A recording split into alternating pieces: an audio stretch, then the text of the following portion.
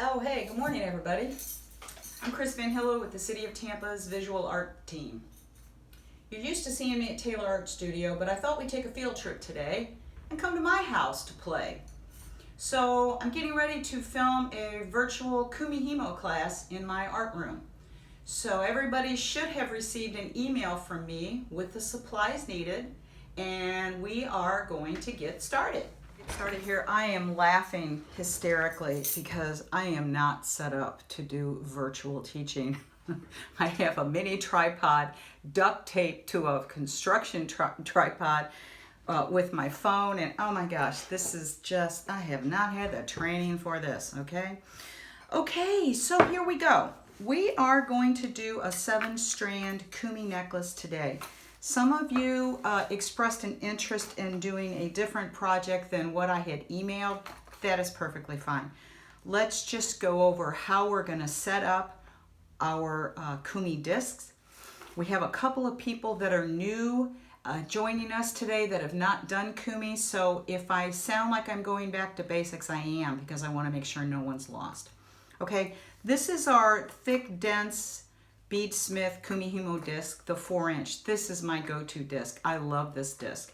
And on the back of it, I have placed this template, which was in your handout. So this is what was emailed to you. This is the photograph. You could print this out and literally tape it down to the back of your disc, which is basically what I have done here. If you don't have access to a printer, it's very simple. You're going to start any slot at the top, and you're going to write A, and then underneath that, you're going to write A and an arrow H. Then you're going to go 4 slots down, okay? And you're going to do F, C, H, E, B, G, and D, okay? I have explained it on this handout, and if you want to follow along, it says at the top of your disc, position at 12 o'clock, write the letter A, and underneath it, write A, arrow H. 4 slots to the right of that, write the letter F, and underneath it, write F, arrow E. So again, you want your disc to look like this. Make your disc look like this. Either print this out or use a Sharpie. Okay, that's your assignment for the next 20 minutes. Be back. I'm assuming everyone has set up their disc the way that it has been described. So the next thing we're going to do is we're going to get our cord out. And I just want to talk for a minute about design and placement, because that's really, really important to me. I love these little plastic containers that little bagels and things come in from the grocery store, because I save them and then I'll throw beads into the container that I think would all look really, really well together.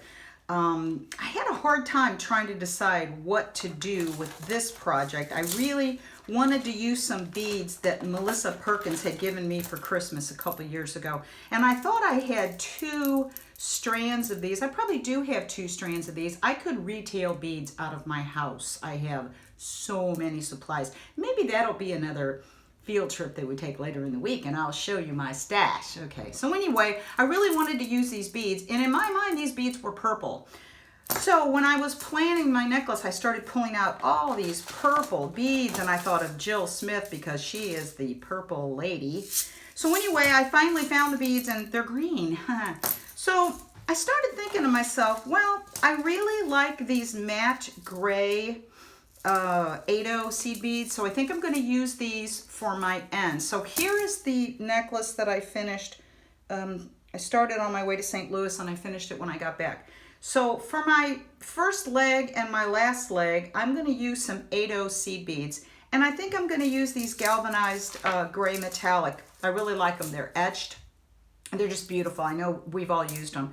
And if you want to use that same size bead throughout your entire necklace, that is perfectly fine.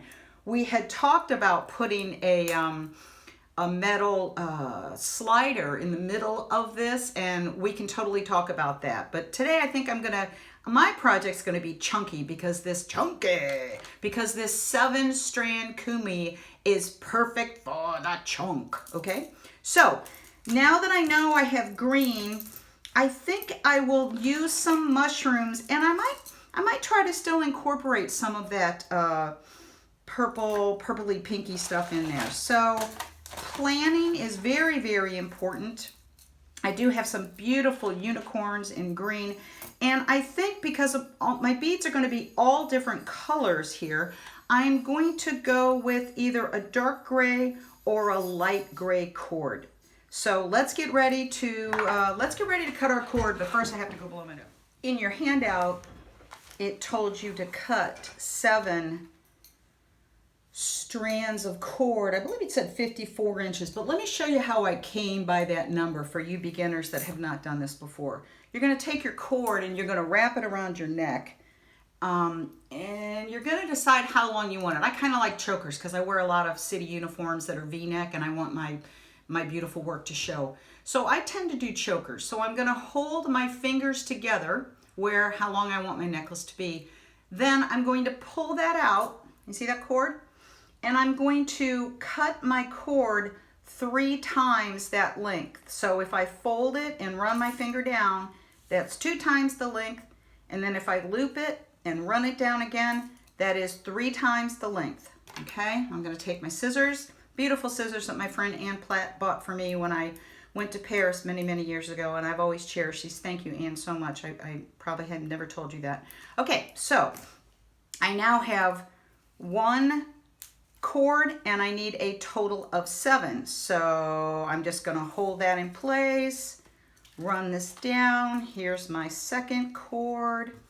This is going to be like watching paint dry again, so I don't think I'm going to keep the camera on the entire time, or maybe my mad editing skills, I can figure out how to speed it up and, you know, make me look like I'm Chris the superhero, which is how I felt lately, sewing masks, and I've hit the 150 mark, and I'm going strong. So I keep talking now. I have 4 cords. It's about to roll off the table on top of spaghetti.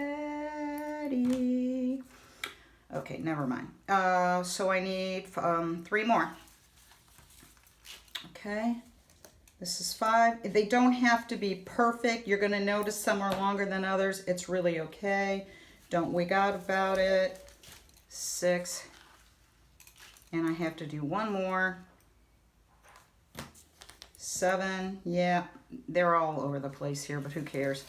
I'm trying to do this quickly so I don't do another boring video, because Sarah is a really hard act to follow, okay? All right, so let's just double check. 1, 2, 3, 4, 5, 6, 7. All right, then I'm gonna take these ends and I'm just gonna tie an overhand knot. Now, very, very important, make sure you get all those ends inside that knot, and then run that knot down as close to the bottom as you can. I just kind of messed that up, didn't do a very good job. Great, I love not doing a good job on videos. You guys can see I'm not perfect either. Okay, so you know what? I don't like how that looks at all. So now I'm really in trouble. Okay, well, guess what? Great demo, Chris. All right, I got to take this knot out. I got to take this knot out and start over. Okay, so anyway, I'm gonna do that, and I'll be back. No, I'm gonna make you guys suffer through this because I'm stubborn and hateful. Okay. I have been doing Kumi for probably 6 or 7 years, and I have never done that before. That's pretty funny. Only because I'm taping. Okay, so now they're all over the place, and they're not even anymore. So here we go. Let's get all those together. Do I have them all? Yeah, see how easy it was to mess up? Okay. Who knew tying an overhand knot could be so difficult? Aren't you guys proud of me? Because I haven't even cussed 1 time. I think that the mayor should be giving me a medal when this is all said and done. Okay, here we go. Overhand knot, take 2. Here we go, jeez, come on, you can do this. Yeah. Yay, overhand knot. Okay, completed. Hopefully that was the hardest part of the entire project, okay? Now I'm gonna take that overhand knot and I'm gonna put it down inside my disc, and with the other hand, I'm gonna hold it and I'm gonna put one strand on each one of these letters, but we are not gonna put one in the H position, okay? So every letter but H is going to get a chord. Poor H, don't worry. We'll let you join the party in a few minutes. Okay, so can you see what I'm doing? I'm looking at it myself instead of showing you guys what I'm doing. I'm putting a strand on every single letter. Okay, does everybody see that? Kind of looks like a spider. Everybody see that? Okay.